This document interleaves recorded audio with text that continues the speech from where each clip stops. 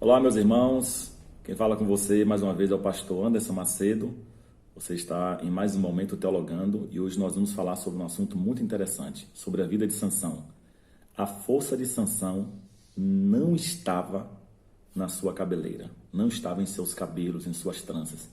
Mas se não estava, por que quando seu cabelo é cortado, ele se enfraquece? Por que então, quando seu cabelo é cortado, quando ele revela seu segredo para Dalila, ele perde a sua força? Então hoje nós vamos entender um pouco sobre isso. Bem, alguns textos nós só entendemos à luz de outro texto, certo? Isso é regra de hermenêutica, de interpretação bíblica. Os textos fáceis explicam textos mais difíceis. Então tem texto que é autoexplicativo, já tem outros textos que você tem que recorrer a um contexto, a um texto paralelo, a um contexto referencial, remoto, para que venha dar luz sobre aquele texto que você está lendo. Isso aconteceu lá no Novo Testamento, no Evangelho escrito por Marcos, capítulo 1, versículo 44. Você se lembra quando Cristo cura um leproso? E ele fala ao leproso: agora você vai ao sacerdote, informa ao sacerdote o que aconteceu, se apresenta ao sacerdote, leva a oferta que está descrito lá no Antigo Testamento. Por que Jesus fez isso? Porque ele sabia que em Levítico capítulo 14, somente o sacerdote tinha autonomia para restabelecer o leproso à sociedade, ou seja, dar a ele o seu habeas corpus, o direito de ir e vir novamente. Somente o sacerdote.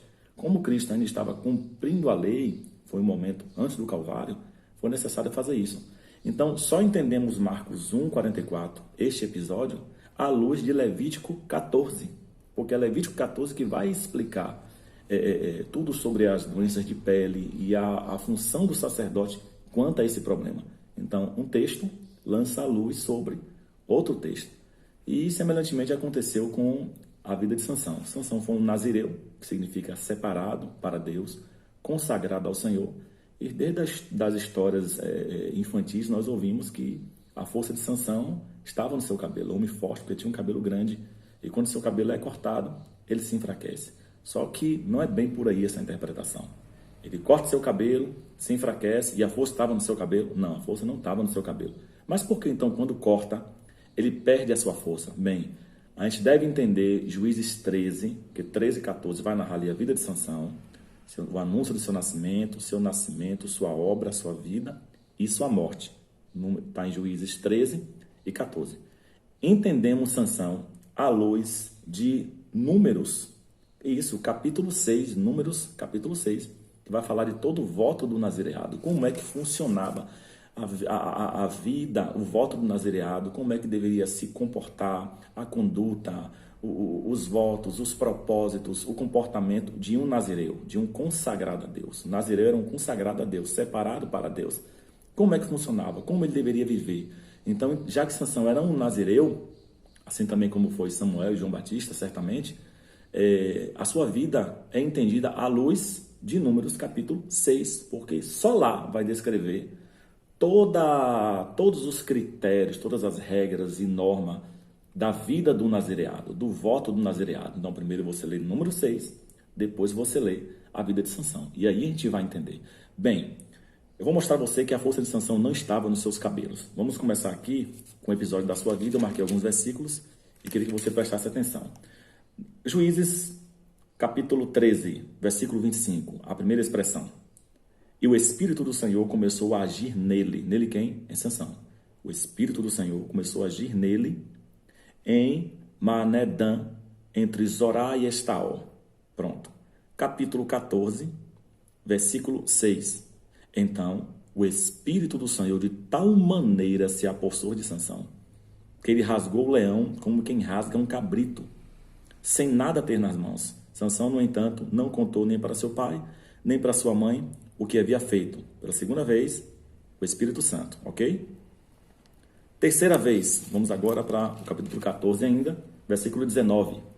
Então, o Espírito do Senhor, mais uma vez, de tal maneira se apossou de Sansão, que ele desceu até Asquelon, matou 30 homens daquela cidade, pegou as roupas deles e as deu aos que decifraram o enigma.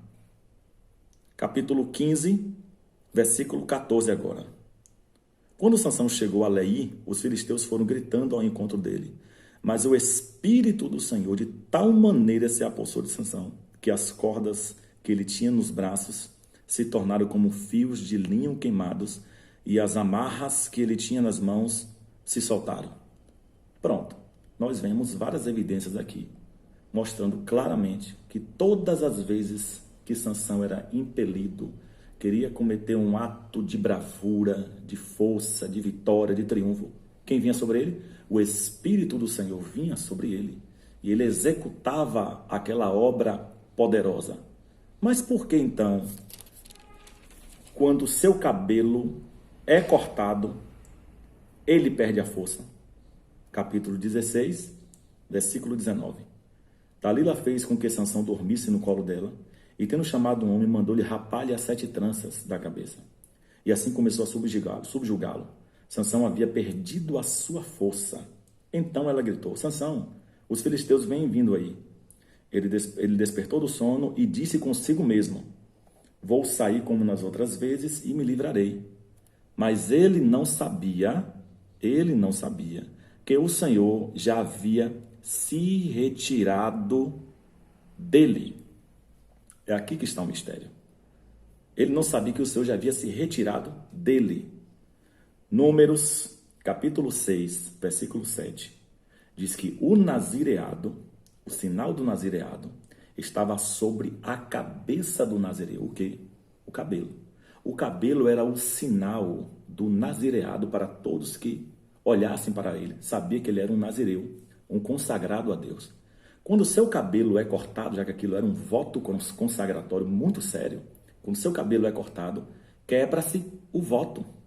Quebra-se o voto o voto consagratório. Quando há uma quebra de voto, o Senhor se afasta dele por causa da quebra do voto. Consequentemente, a ausência do Senhor dele, ele se enfraquece.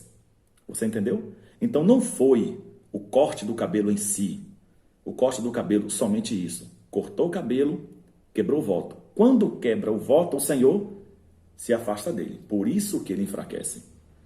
E o que acontece quando ele está agora sendo motivo de escárnio no templo de Dagon? Os filisteus o prenderam.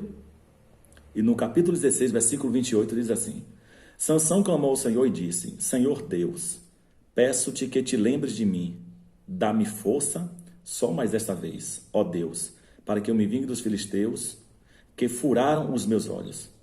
Em seguida, Sansão abraçou-se às 2 colunas no meio, que sustentavam o templo, e fez força sobre elas, com a mão direita em uma e com a esquerda na outra, e disse: que morra eu e os filisteus.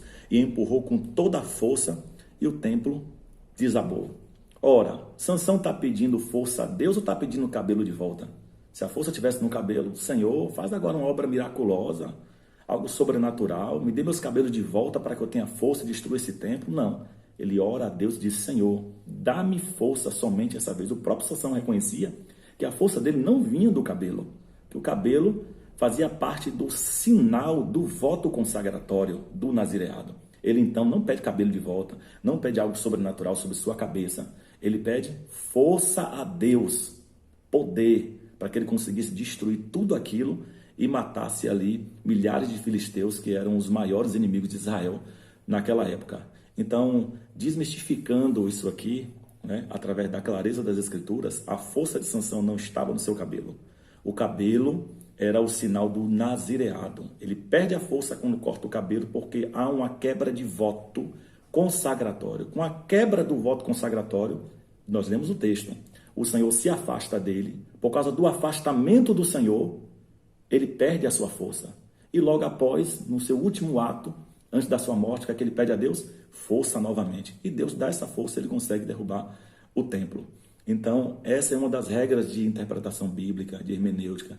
É você ter luz sobre um texto, utilizando outro texto. Então, um texto explica outro texto. A gente vai ver isso diversas vezes na Bíblia. No Novo Testamento, você vai ver muitos textos sendo esclarecidos à luz do Antigo Testamento. Porque o Novo Testamento é a conclusão, é a consumação e a completude do Antigo Testamento. Então, leia sempre buscando o contexto, buscando outros textos paralelos que falam sobre aquele assunto e você vai ter luz sobre o texto utilizando um outro texto. Que Deus abençoe a sua vida. Até o próximo Momento Teologante. Não esqueça, clica aí em se inscrever se você não é inscrito ainda nesse canal.